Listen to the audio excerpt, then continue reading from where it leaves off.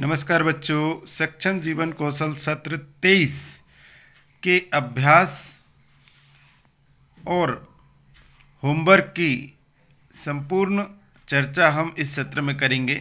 तो सत्र 23 आपने पूर्ण कर लिया होगा और नहीं किए हैं तो आप पूर्ण करेंगे।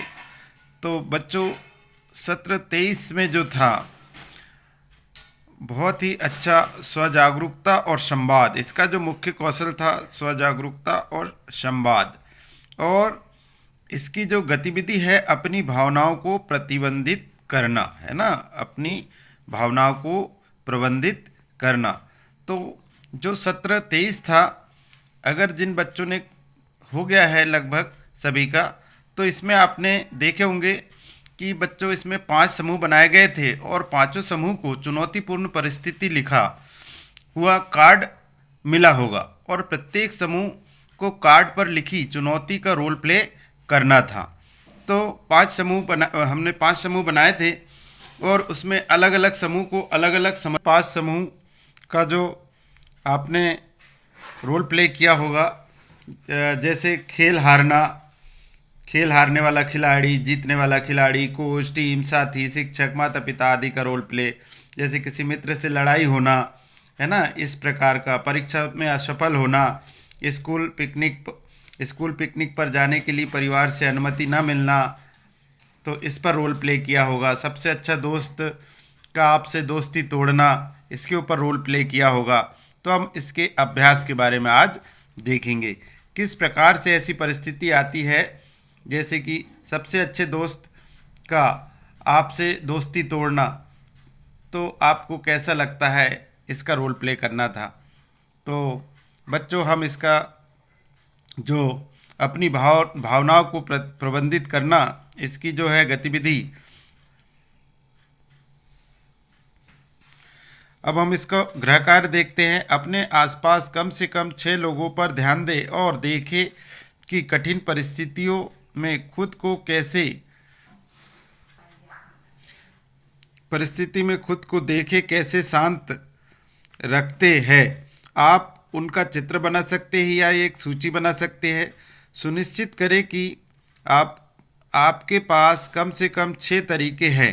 आप नीचे दिए गए टेबल का उपयोग कर सकते हैं और अपने उत्तरों को मेरी सीख की किताब में लिख सकते हैं।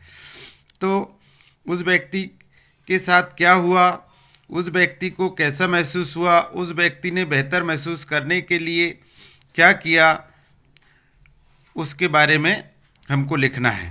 तो कि विषम परिस्थिति में जब आपको गुस्सा आ जाए या आपको बहुत अजीब फील हो, ऐसी परिस्थिति में अलग अलग लोगों से चर्चा करके आपको इसमें लिखना है कि उन्होंने अपना गुस्सा शांत करने के लिए या सामान्य स्थिति में आने के लिए क्या किया। तो हम देखते हैं, हमने एक सुझावात्मक टेबल तैयार किया है, तो हम देखते हैं बच्चों उसको।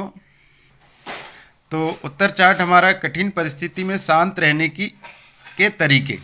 तो कठिन परिस्थिति में कैसे शांत रहने हैं, और हमको जो टेबल दिया था उसमें था, हमने लिए व्यक्ति, जिस व्यक्ति को हमने चुना, क्या हुआ उसके साथ, कैसा महसूस हुआ और बेहतर महसूस करने के लिए उन्होंने क्या किया। तो हमने घर के सदस्य पहला जो है माँ को लिए। तो क्या हुआ माँ के साथ, घर में काम का अधिक दबाव, कैसा महसूस हुआ, तनाव और थकान, कैसा महसूस हुआ उनको, तनाव और थकान। उन्होंने अपने इस कठिन परिस्थिति से शांत रहने के तरीके में क्या किया, गहरी सांस लेना और प्रार्थना करना। फिर हमने दूसरा चुना पिता, और इनको क्या हुआ, इसका जवाब मिला ऑफिस में काम का तनाव। पिताजी को क्या है, ऑफिस में काम का तनाव। कैसा महसूस हो रहा है, तो चिंता और गुस्सा आ रही है। फिर अपने आप को शांत रखने के लिए क्या किया, व्यायाम करना और दोस्तों से बातें करना। इस प्रकार अपने आप को शांत रखने का तरीका बताया।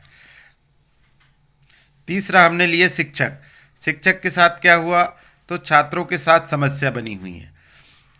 फिर कैसा महसूस हो रहा है, तो निराशा और तनाव। इससे बाहर निकलने के लिए, कठिन परिस्थिति से बाहर निकलने के लिए क्या किए, तो ध्यान करना और लंबी सांस लेना और व्यायाम करना। ये शिक्षक के सुझाव थे। फिर हमने मित्र को लिया। मित्र के साथ क्या हुआ, तो परीक्षा में असफलता। कैसा लगा, उदासी और आत्मनिराशा। उससे निकलने के लिए क्या किया, फिर दोस्तों से बातें करना और संगीत सुनना। इस प्रकार मित्र का जवाब था। फिर हमने पांचवा लिए पड़ोसी, स्वास्थ्य समस्या। पड़ोसी को क्या हुआ भाई, स्वास्थ्य समस्या। कैसा महसूस हो रहा है, चिंता और डर। इससे निकलने के लिए क्या किया गया, प्रार्थना करना और परिवार के साथ समय बिताना। फिर हमने छठा व्यक्ति लिए सहपाठी। सहपाठी जो हमारे साथ मिलके कार्य करते हैं। प्रोजेक्ट की समय सीमा, प्रोजेक्ट की समय सीमा का इनको क्या है, वो समस्या है। कैसा लग रहा है, तो चिंता और डर लग रहा है कि भाई प्रोजेक्ट समय पर ना हुआ। तो इससे इस कठिन परिस्थिति से बाहर निकलने के लिए क्या किया, समय प्रबंधन करना और साथी छात्रों से सहयोग लेना, ताकि इस समस्या से बाहर निकल सके। तो इस प्रकार ये संपूर्ण चार्ट हमने एक सुझावात्मक तरीके से निर्माण किया है बच्चों। आप इससे अपना, साथ ही इन उपायों को अपने जीवन में भी लागू करना चाहिए। इन तरीकों को अपने जीवन में लागू करने हमें कठिन परिस्थिति में भी शांत और संयमित रह सकते हैं। इससे हमारे मानसिक और शारीरिक स्वास्थ्य में सुधार हो सकता है और हम अपने लक्ष्यों को प्राप्त करने में अधिक सक्षम हो सकते हैं। तो इन तरीकों को अपने जीवन में भी अमल करना है। तो बच्चों, आज हमने सत्र नंबर 23 जो हमारा अंतिम सत्र था उसका अभ्यास देखे। तो बच्चों फिर मिलते हैं कोई नए टॉपिक में। चैनल को लाइक, शेयर एवं सब्सक्राइब करें बच्चों। धन्यवाद। जय हिंद, वंदे मातरम।